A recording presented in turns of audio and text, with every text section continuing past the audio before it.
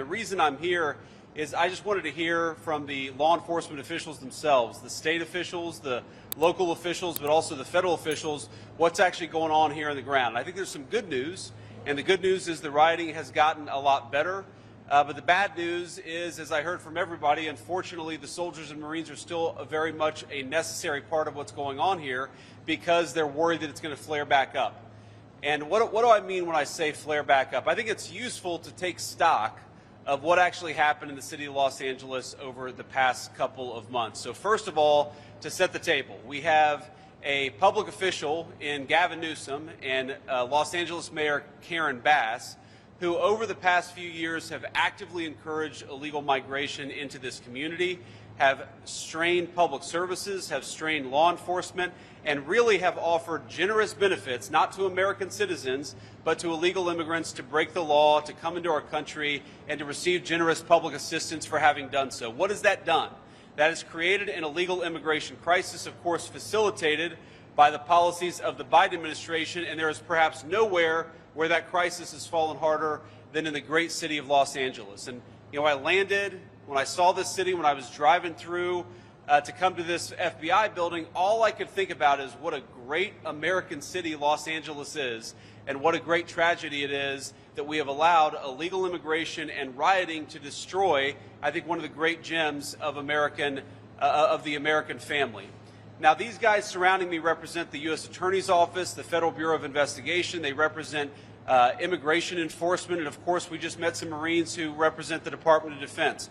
All of these law enforcement officials were necessary because what happened is, in response to the basic federal action of enforcing immigration law, you had local officials and radical left-wing agitators who actually encouraged violence, who facilitated violence and rioting in the great city of Los Angeles.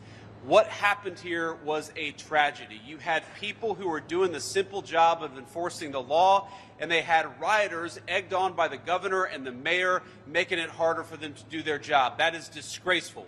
And it is why the president has responded so forcefully what happened in Los Angeles. Number one, because we've got to enforce our borders and get so many of these criminals out of our country to begin with. And number two, when you have violent agitators who make it impossible for the law enforcement to do their job, it is necessary to protect them and to defend them. We have to remember that the Friday that the riots started, before there was ever a single National Guardsman, before the President of the United States had sent in additional federal resources, you had law enforcement officers who were being captured and beaten by violent mobs egged on by Gavin Newsom and other officials. It was necessary to send the National Guard to stop that process, to bring some order back to this great city, and to make it possible for the people's president to enforce the people's immigration law. That's why we're here. That's why these guys are standing beside me. That's why we have close to 5,000 soldiers and Marines from the Department of Defense. It's because we've got to enforce the law. The president takes that very seriously. I'm happy to take a few questions, but before I do, I just want to send a message to all of the law enforcement, local, state, and federal, who frankly I think are suffering from a bit of a morale problem because they've had the local government in this community tell them that they're not allowed to do their job. I just want to let you know, from the president, the vice president on down, this administration stands with you.